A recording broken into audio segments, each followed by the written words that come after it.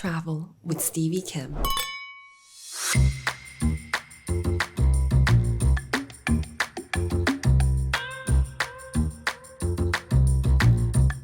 L'esame si compone di 3 stage. Stage 1, che è il primo livello, dove in un giorno di esame ti danno da assaggiare 12 vini e devi rispondere ad una serie di domande su ognuno di questo vino e hai 2 ore e un quarto per poter degustare e rispondere a queste domande. Poi il pomeriggio fai la parte di teoria, dove sono 3 paper scritti col metodo oxfordiano, circa 1000 battute a paper, dove ci sono 2 titoli decisi da loro e un terzo titolo a scelta. Passando da Stage 1 accedi a Stage 2, sono 3 giorni di esame per la parte di degustazione, il mattino, P1, P2 e P3. P1 sono i vini bianchi, P2 i vini rossi, P3 fortificati, sparkling e vini dolci, e poi ci può essere comunque anche vini che arrivano dai vini bianchi fermi e dai vini rossi fermi. E il pomeriggio per 4 giorni hai la parte di teoria, dove il primo giorno è viticulture, il secondo giorno è winemaking, il terzo giorno è quality control, il quarto giorno si compone di 2 sessioni, una al mattino e una al pomeriggio. Al mattino hai wine business, quindi sono marketing e economy, e il pomeriggio hai contemporary issues e giornalismo, quindi può capitare un titolo di qualunque cosa oggi che sia contemporanea e che può essere legata al vino. Anche lì ogni giorno sono 5 paper scritti con metodo oxfordiano, 1100 battute. Per prepararsi in questo è chiaro che c'è una parte quindi teorica e una parte pratica. Questo è il modo col quale abbiamo approcciato l'esame. Io sono molto schematico nel mio approccio e quindi avevo bisogno di inquadrare i 3 giorni di esame, quindi P1 i bianchi, P2 i rossi e P3 i vini fortificati, sparkling e vini dolci in 3 momenti diversi. Quindi c'è un paper 1, paper 2, paper 3. Abbiamo creato delle categorie, abbiamo raccolto il materiale di cui avevamo bisogno e poi via via l'abbiamo sempre di più sintetizzato e informatizzato anche, perché poi all'inizio abbiamo vissuto un periodo di grande cambiamento, perché noi abbiamo iniziato il percorso dove il percorso era ancora cartaceo, c'erano solo alcuni studenti che erano dei studenti prova per testare il supporto informatico per poter fare al PC l'esame. Quindi il 99% degli studenti facevano ancora tutto cartaceo, poi in questo percorso invece l'informatizzazione è diventata predominante e oggi quasi tutti non lo fanno più cartaceo, ad eccezione del sottoscritto. Volendo fare un passo indietro, anche la difficoltà del programma, a differenza di altri programmi come può essere il Master Sommelier o il W7, è che non ci sono delle vere e proprie linee guida, non ci sono dei libri su cui studiare, quindi ci siamo dovuti inventare delle linee guida, delle roadmap da poter seguire per strutturare questo lavoro che è così, insomma, ai più può sembrare titanico. In realtà c'è un filo logico su tutto, sia per la teoria che per la pratica, e questo è il risultato un po' del nostro patchwork di lavori, di collaborazioni per cercare di trovare la chiave di lettura di questo programma.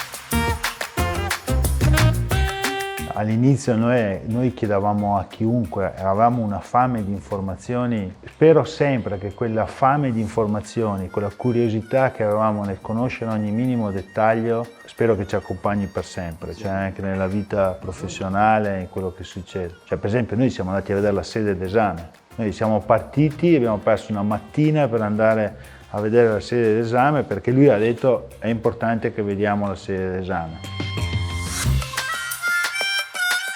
Ci sono stati dei momenti dove abbiamo avuto anche la paura dal punto di vista economico di non farcela più. La tuition annuale non è molto, anzi è una cosa sostenibile, mi pare che sia intorno ai 3.000 euro all'anno. Il weekend di lavoro classico per preparare l'esame vuol dire 3 giorni di degustazione che normalmente vai a fare o a Londra o da qualunque parte ci sia un Master of Wine che lo organizza, e questi normalmente hanno un costo che va tra i 400 e i 500 euro solo la parte di degustazione, con il servizio poi di revision dopo che hai fatto il test, e poi devi aggiungere l'hotel e il viaggio. Quindi normalmente noi contavamo che un weekend costava tra i 7 e gli 800 euro e noi pensavamo di farne, mediamente ne facevamo dai intorno ai 15 all'anno, quindi i costi aumentano. Poi chiaramente ci sono tutti i tuoi vini che ti vuoi comprare, tutte le tue revisioni, i one-to-one che fai con altri Master of Wine. Questo è interessante, hai fatto l'operazione del naso, poi come, cioè, fisicamente, cos'è cambiato, come influenza sulla degustazione? Più che altro è un problema di regolarità, cioè l'atopia del naso è il fatto che se uno si china 2 minuti magari torna su e il naso è chiuso, oppure arriva una ventata e ti si chiude il naso. È un problema di consistency più che di vera e propria capacità di sentire certe sfumature. Il problema è quanto sei in condizioni all'interno dell'unità di tempo, insomma, della giornata. Spesso mi rendeva la vita difficile in presenza di fioriture o eccetera e non potevo degustare bene. Ho fatto prima l'operazione agli occhi, 2 di dicembre, il 4 di dicembre ho fatto quella al naso. Di solito ora si fa un'operazione che alza l'epitelio corneale e si interviene, poi si riabbassa come se fossero gli occhiali, quelli degli anni 80. Io ho fatto l'operazione quella vecchia, che è PRK, che è quella che ti incide un po' la cornea, quindi hai dei tempi di recupero molto, molto più lunghi. Quindi non potevo leggere, dovevo stare sempre al buio, ho dovuto, diciamo, subire un po' il recupero un po' lungo. Durante il recupero che facevo? Ascoltavo gli esami orali di Best Sommelier of the World, in cui queste persone che sono bravissime a degustare e a descrivere il vino fanno l'assaggio davanti a una commissione, quindi lo senti audio, e poi in fondo traggono delle conclusioni. E io in testa, quando lui faceva l'assaggio, facevo dry tasting, non sapendo di farlo perché non avevo mai sentito nemmeno nominare il termine di dry tasting fino allora, e mi facevo un'idea su quello che poteva essere il vino.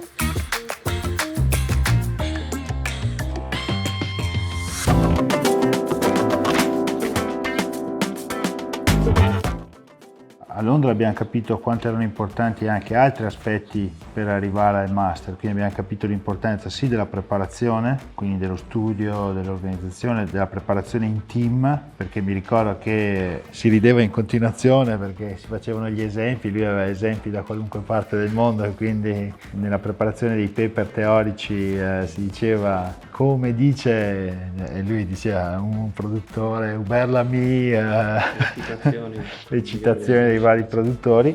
Poi abbiamo capito quanto era importante la preparazione fisica, perché a Londra abbiamo iniziato a fare yoga in maniera quotidiana. Abbiamo capito quanto era importante la preparazione alimentare e poi da lì abbiamo iniziato a capire quanto era importante anche la preparazione mentale per poter fare l'esame. 2016 si fa il primo bootcamp organizzato a Maria Gerari, Riccardo Gabriele, con Yannis Karakakis NW a Livorno. Tornavo dalla California, dal seminario e da Provine. Facciamo insieme, tutti insieme, un selfie così con il mio braccio che è lungo. Riguardo il selfie e dico non va bene, cioè me l'ho visto gonfio. Cominciamo un percorso che, diciamo, renda sostenibile fare l'NW, quindi comincio la dieta. Sono andato da un omeopata che mi ha detto molto candidamente, dice ok, te smetti di bere il caffè, non mangiare la carne se non è carne bianca, diverse cose di questo tipo, e io ho cominciato a non mangiare affettati, non mangiare questa roba di questo tipo, non fare l'aperitivi eccetera, al primo giorno di Vinita del 2016. A giugno ero già un altro, e da lì, dopo che Azzurra me l'aveva detto per 10 anni, vieni a fare yoga perché è bello, ci si diverte, e io ero sempre stato chiuso a questa opportunità.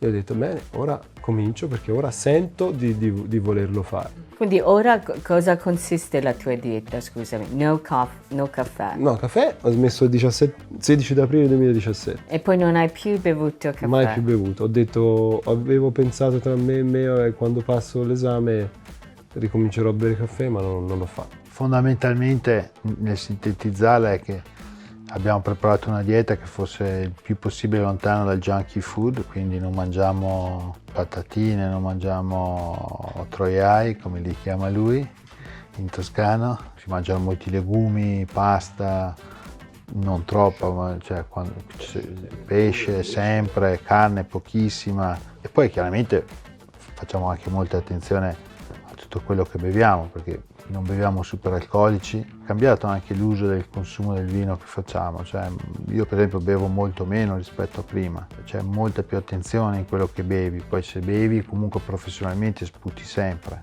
Il dover degustare in 30 secondi un vino a un livello di precisione altissima prevede che tu debba essere fit in qualunque parte del tuo corpo, cioè è quasi un gesto fisico, è un atleta, no?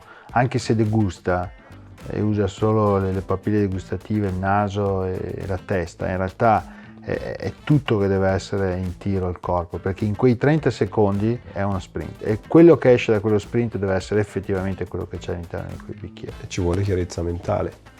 In questo siamo atleti, no? E anche il concetto, non abbiamo mai, nessuno di noi ha usato una parola che è talento, cioè questo è uno sport. Noi ci siamo allenati e abbiamo trovato il sistema di fare una tabella d'allenamento tale da portarci a quel livello. Oggi questi sistemi di lavoro si ripresentano in tante cose della nostra vita quotidiana. Nel mio lavoro uso ogni giorno, più volte, quello che ho imparato durante il Master of Wine, ma non nel contenuto del Master of Wine, ma nella struttura del Master of Wine.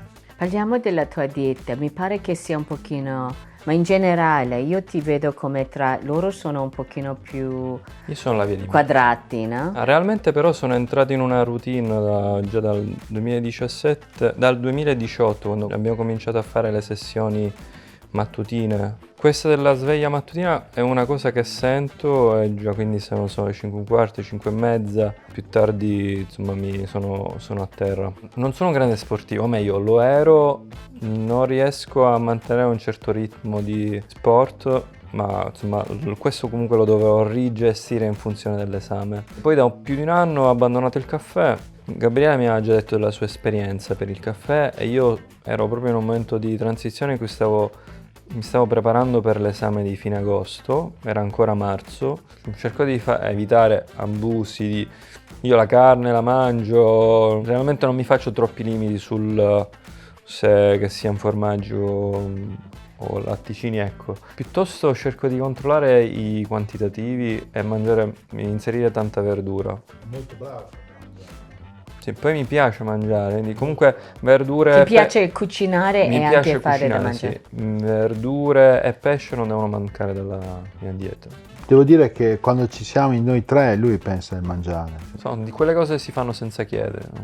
Ognuno trova il suo equilibrio. Cioè, nelle preparazioni di queste prove è fondamentale avere tutte le posizioni coperte. Cioè, non si può pensare di partire e andare a fare un percorso del genere e poi si è senza mangiare o si mangia male. È per quello che dico questo percorso potrebbe servire per insegnare, non per insegnare perché non è fare di... Però io vorrei, se c'è una parte che mi piacerebbe che rimanesse è questa, cioè del far crescere altre realtà, fare in modo che che questo diventi un modo di lavorare, un modo di pensare, un approccio mentale nel provare a superare un ostacolo o un'avventura che uno si vuole porre. Quindi in realtà invece in questo percorso ci siamo accorti che bisognava pensare a tutti i dettagli e dovevamo pensarci noi, perché l'istituto non ti dice solo il giorno nel quale ti devi sedere a fare l'esame.